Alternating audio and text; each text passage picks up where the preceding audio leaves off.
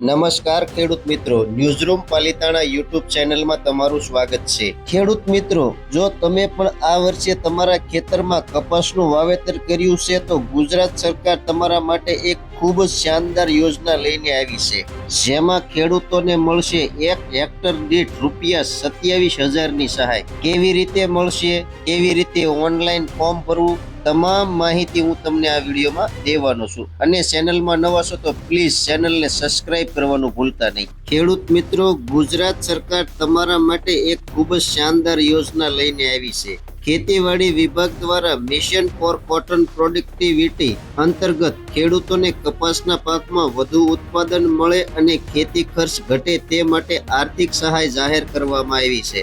આજના આ ખાસ આર્ટિકલમાં આપણે જાણીશું કે આ યોજના શું છે, તેમાં કયા બે મહત્વના ઘટકો CST અને ICM નો સમાવેશ થાય છે।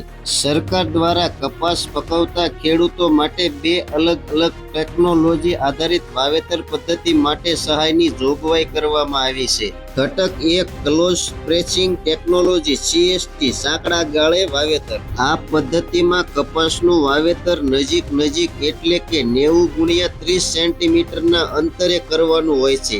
આ ટેકનોલોજીથી ઓછા વિસ્તારમાં વધુ છોડ રોપી શકાય છે અને ઉત્પાદનમાં મોટો વધારો જોવા મળે છે। સરકાર આ પદ્ધતિના નિદર્શન માટે ખેડૂતોને પ્રોત્સાહિત કરવા માટે મોટી સહાય આપે છે। 90x30 સેન્ટીમીટરના ગાળે કપાસ વાવવાથી સરકાર હેક્ટર દીઠ ₹27,000ની સહાય મળવાપાત્ર થશે। વધુમાં વધુ ખેડૂતને 2 હેક્ટર સુધીની સહાય મળવાપાત્ર થશે। જે ખેડૂતને લાભ મળશે એમને 54,000 સીધા તેમના બેંક ખાતામાં જમા થશે। ઘટક 2 ઇન્ટિગ્રેટેડ ક્રોપ મેનેજમેન્ટ ICM સંકલિત વ્યવસ્થાપન।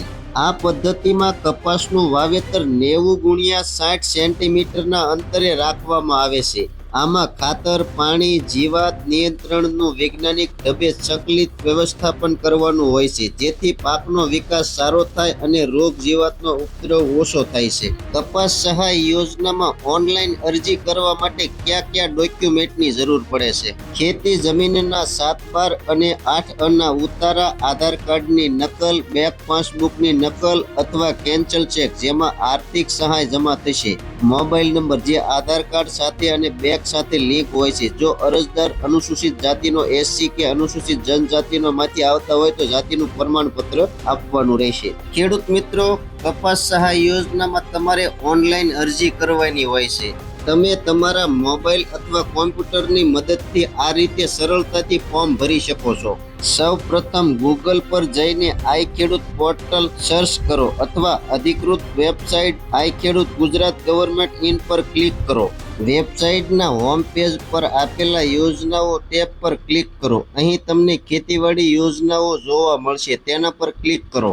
ખેતીવાડીની યોજનાઓની યાદીમાં તમને મિશન ફોર કોટન પ્રોડક્ટિવિટી અંતર્ગત CST અથવા ICM ઘટક દેખાશે। તેની સામે આપેલા અરજી કરો બટન પર ક્લિક કરો।